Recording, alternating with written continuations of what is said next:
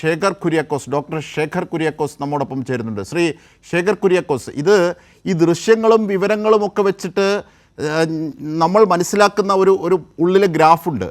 അത് കാണുമ്പോൾ ഇതിനപ്പുറത്തേക്കാണ് കാര്യങ്ങൾ. പക്ഷേ ഈ റഡാറുകൾ സിഗ്നലുകൾ പതിയാതിരിക്കുന്ന സാഹചര്യം എങ്ങനെയാണ്?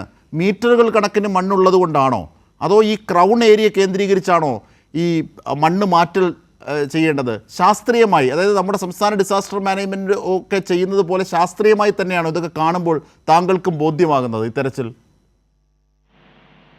ഇവിടെ ഈ GPRന്റെ വിനിയോഗം അവര് പ്രധാനമായും കേന്ദ്രീകരിച്ചത് മണ്ണിന് ആഴം കൂടുതലൊരു മണ്ണിന്റെ സ്വഭാവത്തിൽ ഒരു അനോമലി, അത് വീണ് കിടക്കുന്ന സ്വഭാവത്തിൽ ഒരു അനോമലി ഉണ്ട് എന്ന് കണ്ട പ്രദേശം കേന്ദ്രീകരിച്ചിട്ടാണ്.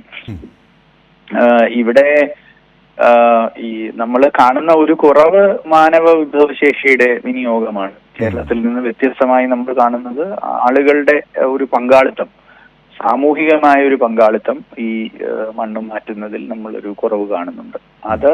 അതാണ് ഒരു പ്രധാനപ്പെട്ട അല്ല എന്ന് താങ്കൾക്ക് ബോധ്യമാകുന്നു? അല്ല, ഞാൻ അങ്ങനെ അവരെ ബ്ലെയിം ചെയ്യാനൊന്നും ഈ ഘട്ടം വിനിയോഗിക്കുന്നില്ല. നമുക്ക് അത്തരം പോസ്റ്റ്മോർട്ടം ഒക്കെ പിന്നീട് നടത്താം. ഈ അവസരത്തിൽ നമ്മൾക്ക് കാണേണ്ടുന്നത്, നമ്മളുടെ മുന്നിൽ വ്യക്തതയോടുകൂടി കാണുന്നത്, കേരളത്തിലാണെങ്കിൽ വലിയൊരു സമൂഹം, സന്നദ്ധ പ്രവർത്തകരുടെ ഒരു വലിയ സംഘം അവിടെ പ്രവർത്തനം ഏകോപിപ്പിക്കാനും ഒരു JCB എടുത്തു മാറ്റുന്ന അത്രയും മണ്ണ് അതേ സമയം കൊണ്ട് നമ്മുടെ നാട്ടുകാരെടുത്തു മാറ്റും. പക്ഷേ ആ രീതിയിലുള്ള ഒരു ജനസമൂഹം അവിടെ ഇല്ല. ഇതൊരു ഒഴിഞ്ഞ പ്രദേശമാണ്. ആ പ്രദേശം മുഴുവൻ പൊതുവിൽ മഴയും മണ്ണിടിച്ചിലും ഒക്കെ ആയിട്ട് ബുദ്ധിമുട്ട് നേരിടുകയാണ്. അപ്പൊ അതൊക്കെ കൊണ്ടായിരിക്കും ജനങ്ങളുടെ പങ്കാളിത്തം ആ അളവിലില്ലാത്തത്. പക്ഷേ ആ മാനവ വിഭവശേഷി കൂടുതൽ നന്നായി വിനിയോഗിച്ചാൽ ഒരുപക്ഷെ അവിടെ പെട്ടെന്ന് നടന്നു കിട്ടും എന്ന് തോന്നുന്നു. അല്ല, ഈ താങ്കൾ രാവിലെയൊക്കെ കൈരളി ന്യൂസ് അടക്കമുള്ളിടത്ത് പ്രതികരിക്കുന്ന ഘട്ടത്തിൽ താങ്കൾ പറഞ്ഞു ഈ ക്രൗൺ ഏരിയയിലെ മണ്ണാണ് മാറ്റേണ്ടത്, സൈഡിൽ നിന്ന് മാറ്റുമ്പോൾ ചില പ്രശ്നങ്ങളുണ്ട് എന്നൊക്കെ. ആ രീതികളാണോ അവിടെ പാലിക്കപ്പെടുന്നത്? താങ്കൾക്ക് ഈ കാഴ്ചകൾ കാണുന്ന ഘട്ടത്തിൽ ബോധ്യമാകുന്നത്?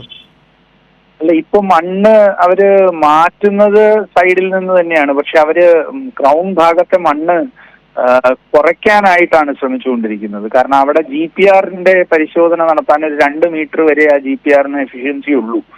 ഇപ്പോ IISc ബാംഗ്ലൂരിൽ കൂടുതൽ പവർഫുൾ ആയിട്ടുള്ളൊരു GPR ഉണ്ട് എന്ന് എനിക്ക് വിവരം കിട്ടിയതനുസരിച്ച് ഞാനത് അവിടുത്തെ സെക്രട്ടറിയെ അറിയിച്ചിട്ടുണ്ട്. ഒരു പുതിയ GPR അവർ മേടിച്ചത് അവിടെ ലഭ്യമാണ്. അത് കൊണ്ടുവരാൻ പറ്റുമോ എന്ന് പരിശോധിക്കണമെന്ന് അറിയിച്ചിട്ടുണ്ട്.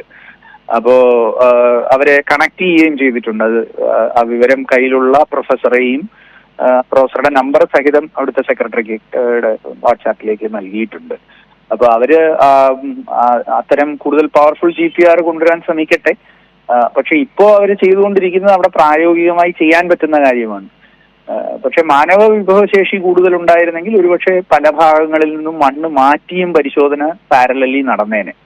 അത് ഒരുപക്ഷെ അവിടെ ഇച്ചിരി കുറവുണ്ട്. അവിടെ നമ്മുടെ നാട്ടിലെ പോലെ സന്നദ്ധ പ്രവർത്തകർ. ഇപ്പോൾ നമ്മൾ ഈ എർത്തുക്കേക്കൊക്കെ കാണുന്ന ലോകത്ത് പലയിടങ്ങളിലും ഈ മനുഷ്യ സാന്നിധ്യം വളരെ മുകൾ തട്ടിൽ നിന്ന് തന്നെ അറിയാവുന്ന യന്ത്രങ്ങളുണ്ട്. അതിൻ്റെ യാന്ത്രികമായ സാങ്കേതികമായ അറിവിൻ്റെ പരിമിതി കൊണ്ടാണ് ചോദിക്കുന്നത്. അതാണോ താങ്കൾ ഈ GPR കൊണ്ട് ഉദ്ദേശിക്കുന്നത്? കൂടുതൽ എഫിഷ്യൻ്റായി താഴേക്ക് പോയി ഇതിൻ്റെ സിഗ്നലുകൾ ലഭിക്കുന്ന അതിനാണോ താങ്കൾ ഏർപ്പാട് ചെയ്തു എന്ന് പറഞ്ഞത്? അല്ലല്ല, ഞാൻ ഏർപ്പാട് ചെയ്യുകയല്ല ചെയ്തത്. അത് വിവരമുണ്ട് എന്നത് അവർക്ക് കൈമാറുകയാണ് ചെയ്തത്. ഇനി അവര് തമ്മിൽ സംസാരിക്കണം. ബാംഗ്ലൂർ IIScയിലാണ് അതുള്ളത്. അപ്പൊ നമ്മൾക്ക് ഇവിടെ നിന്ന് അത് അറേഞ്ച് ചെയ്ത് അവിടെ ഓപ്പറേറ്റ് ചെയ്യിക്കാൻ പറ്റില്ല. ഈ GPR എന്ന ഉപകരണം വേണം എന്നുള്ളത് ഇന്നലെ നമ്മൾ പകല് അവരെ അറിയിച്ചിരുന്നു. അത് ചിലപ്പോൾ പ്രയോജനപ്പെടും എന്നറിയിച്ചിരുന്നു. ബഹുമാനപ്പെട്ട കർണാടക മുഖ്യമന്ത്രിക്ക് എഴുതിയ കത്തിലും അത് എടുത്തു സൂചിപ്പിച്ചിരുന്നു. അപ്പൊ ഇന്ന് അവരെ ഏറ്റവും അടുത്ത് ലഭ്യമായത് NIT സൂറത്കലിന്റെ GPR ആയതുകൊണ്ടായിരിക്കും അത് അവിടെ കൊണ്ടുവന്ന് ഉപയോഗിച്ചത്. പക്ഷേ ആ GPRന്റെ ഡെപ്ത് റേറ്റിംഗ് പോരാ. അതെ, അതിന്റെ ഡെപ്ത് റേറ്റിംഗ് പോരാ. കൂടുതൽ പവർഫുൾ ആയിട്ടുള്ള GPR കൊണ്ടുവരുന്നത് പരിശോധിക്കണമെന്ന് NIT സൂറത്കലിലെ തന്നെ പ്രൊഫസർ ആവശ്യപ്പെട്ടിട്ടാണ് അദ്ദേഹവുമായി ബന്ധപ്പെട്ട് ഇതെവിടെ ഉണ്ട് എന്ന് ലൊക്കേറ്റ് ചെയ്ത് ആ വിവരം എടുത്ത് അവിടുത്തെ പ്രൊഫസറുടെ നമ്പർ സഹിതം നമ്മൾ കൈമാറിയിട്ടുള്ളത്. ഇത് എന്തിനാണ് ഉപയോഗിക്കുന്നതെന്ന് വെച്ച് കഴിഞ്ഞാൽ ഇതിനുള്ളിൽ ഈ മെറ്റൽ ബോഡി ഡിറ്റക്ട് ചെയ്യാൻ ശരിക്കും GPRന് വളരെ പെട്ടെന്ന് പറ്റും. അനോമലസ് അല്ലെങ്കിൽ വലിയ പാറക്കല്ലുകൾ അല്ലെങ്കിൽ വലിയൊരു വോയിഡ് അല്ലെങ്കിൽ മെറ്റൽ ഇതൊക്കെ കണ്ടുപിടിക്കാൻ GPR നല്ല ഉപകരണമാണ്. ഇതൊരു മിക്സ്ഡ് മെറ്റീരിയൽ ആണ്, മണ്ണ് മാത്രമല്ല എന്നുള്ള തടസ്സവും ബുദ്ധിമുട്ടും ഒക്കെ ഉണ്ട്. പക്ഷെ എന്നിരുന്നാലും വളരെ പവർഫുൾ ഒരു GPR ആണെങ്കിൽ അത് നന്നായി വായിക്കാൻ, അത് അതിന്റെ സിഗ്നൽസ് മനസ്സിലാക്കാൻ അറിയുന്ന ട്രെയിൻഡ് ഹ്യൂമൻ റിസോഴ്സും ഉണ്ടെങ്കിൽ അതുകൊണ്ടൊരു ബ്രേക്ക് ത്രൂ ഉണ്ടാകും എന്ന് തന്നെയാണ് കാണുന്നത്. ഇപ്പോൾ ഉള്ളത് 4 മീറ്റർ ആണ്. 4 എഫിഷ്യന്റ്ലി ഒരു 2 മീറ്ററേ അത് പ്രവർത്തിക്കുകയുള്ളൂ. ഒരു 8-10 മീറ്റർ ഒക്കെ പോകാൻ പറ്റുന്നുണ്ടെങ്കിൽ സിഗ്നലുകൾ വിടാൻ കഴിയും ബാംഗ്ലൂർ. അത് നമ്മൾ ഏത് ഫ്രീക്വൻസിയിലുള്ളത് ഉപയോഗിക്കുന്നു. 2.6 GHz ഉള്ളതാണെങ്കിൽ 25 മീറ്റർ വരെയൊക്കെ ആഴത്തിൽ പോകും. പക്ഷെ ആഴം കൂടുന്നതിനനുസരിച്ച് അതിന്റെ ഔട്ട്പുട്ട്, അതിന്റെ ക്ലാരിറ്റി കുറയും കേട്ടോ. അപ്പോ പിന്നെ മണ്ണിലുള്ള വെള്ളത്തിന്റെ അംശം ഇതൊക്കെ പ്രശ്നമാണ്. അപ്പോ പല പല പല ഘടകങ്ങൾ അതിനെ ഇൻഫ്ലുവൻസ് ചെയ്യുന്നുണ്ടെങ്കിലും സ്റ്റാൻഡേർഡായി 25 മീറ്റർ പെനട്രേഷനുള്ള GPRകൾ വരെ ഞാൻ നേരിട്ട് കണ്ടിട്ടുണ്ട്. കുറെ വർഷങ്ങൾക്ക് മുമ്പ് തന്നെ അതൊക്കെ ലോകത്ത് ലഭ്യമാണ്, രാജ്യത്തും ലഭ്യമാണ്. നമ്മൾ തന്നെ കേരളത്തിൽ GPR പല അവസരങ്ങളിൽ ഉപയോഗിച്ചിട്ടുണ്ട്.